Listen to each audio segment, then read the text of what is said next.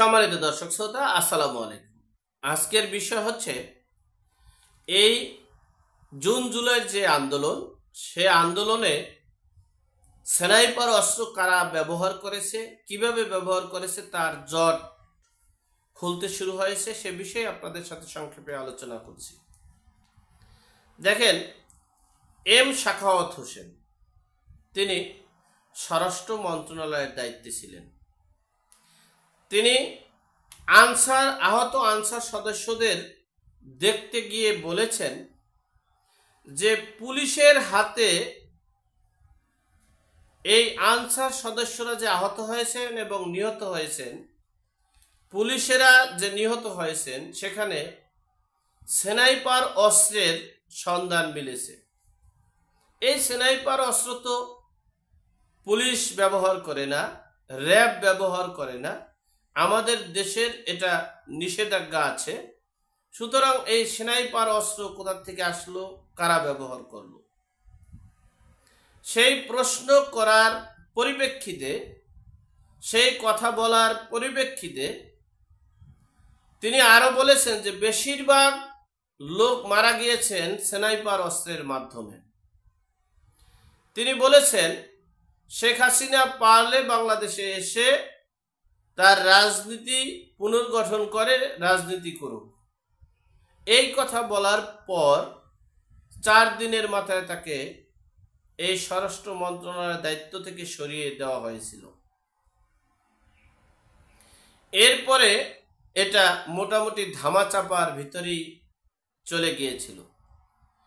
এখন আমরা শুনেছি আওয়ামী লীগ সরকারের আমলে এই জুন জুলাইয়ের সময়ে একজন কনস্টেবল বা একজন পুলিশ অফিসার বলেছিলেন স্বরাষ্ট্র মন্ত্রণালয়ের স্বরাষ্ট্রমন্ত্রীর সাথে আলাপকালে বলেছেন যে স্যার, একজনকে গুলি করলে সে মরে, আরো 10 জন দাঁড়িয়ে যায়, কি করা যাচ্ছে?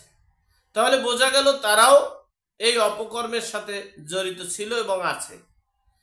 এর পরের বিষয় আসছে, দেখেন আপনারা গত বুধবার অর্থাৎ আজকে শনিবার 3 দিন আগে, গত বুধবার আব্দুল্লাহপুর, ঢাকার রাজধানী আব্দুল্লাহপুর বাস স্ট্যান্ড তুরাগ নদীর দক্ষিণ পাশে, তুরাগ নদীর দক্ষিণ পাশে 20 রাউন্ড 7.62 এই রাইফেলের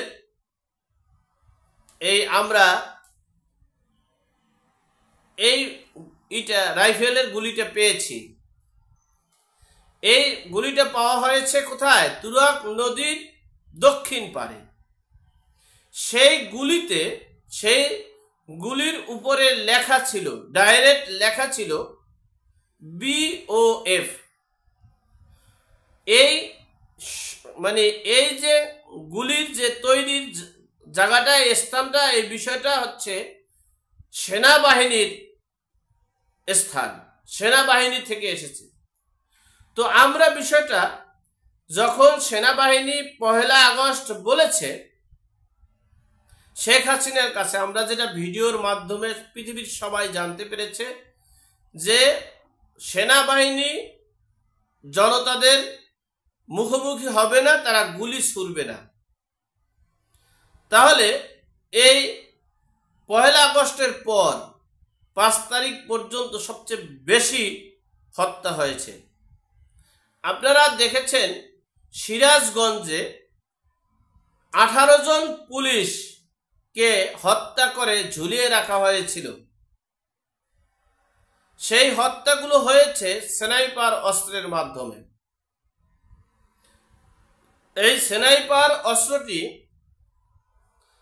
এই কোথা থেকে আসলো, যেখানে পুলিশ ব্যবহার করে না, আনসার ব্যবহার করে না, র্যাব ব্যবহার করে না, ডিবি ব্যবহার করে না, তাহলে এই অস্ত্রগুলো কোথায় আসলো? আমরা নিজেদেরকে রক্ষার জন্য অথবা তর্কের খাতিলে বলতে পারেন, কারণ হচ্ছে তৎকালীন সময়ের ছাত্রলীগ অপকর্ম করেনি, এটা অস্বীকার করার কিছু নেই, অপকর্ম করেছে। এই জুন জুলাইয়ের আন্দোলনকে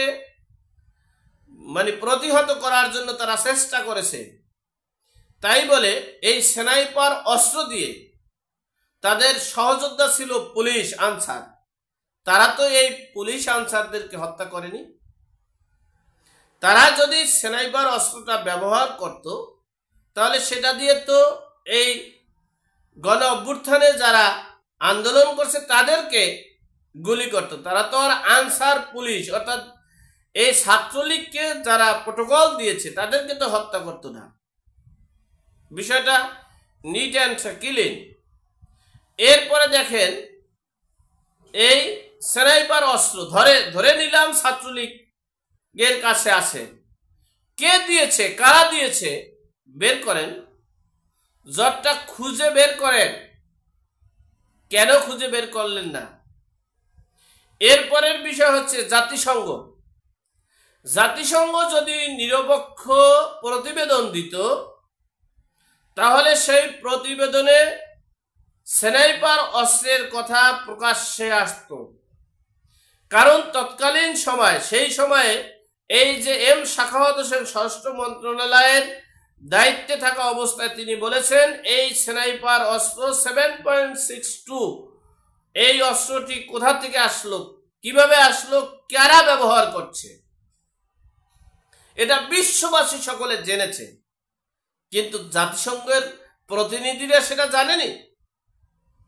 আমার কথা হয়েছে আওয়ামী লীগ এটা ব্যবহার করেছে, ছাত্রলীগ ব্যবহার করেছে, কিন্তু এটা কিভাবে আসছে, কে ব্যবহার করছে, কিভাবে ব্যবহার করছে সেটা বের হলো না কেন?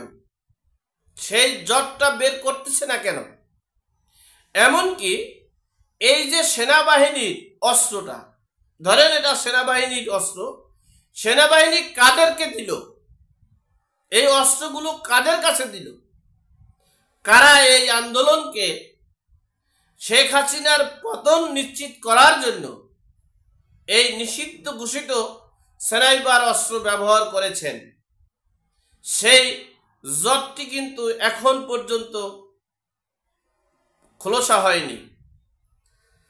আবার এই যে স্নাইপার অস্ত্রের 20 রাউন্ড গুলি আমরা তুরাগ নদীর পারে যে পেলাম, সেই অস্ত্রটি এত কিছু বের হয়ে যায়, এত কিছু বের করা সম্ভব, এই অস্ত্রর গুলি পাওয়া গেছে, অস্ত্র বের করা যাবে না কেন? অবশ্যই যাবে, কিন্তু করছি না কেন? এই প্রশ্ন কিন্তু থেকেই গেল। বিশ্ববাসী, দেশবাসী এই প্রশ্ন কিন্তু জানতেই চাচ্ছে। আমি এই আইন শৃঙ্খলা রক্ষাকারী বাহিনীকে বলবো, এই স্নাইপার অস্ত্র ব্যবহারকারী এবং যিনি দিয়েছেন, কারা দিয়েছেন, সকল তথ্য বের করে আসল অপরাধীকে বিচারের আওতায় আনার জন্য অনুরোধ করছি। দেশকে রক্ষা করুন, দেশের সম্পদ রক্ষা করুন, দেশের মানচিত্র রক্ষা করুন, সকল ডেভিলদেরকে বিচারের আওতায় এনে দেশের অশান্তি মুক্ত করুন। আল্লাহ আমাদের সকলকে হেদায়েত নসিব করুক। আমিন। আসসালামু আলাইকুম।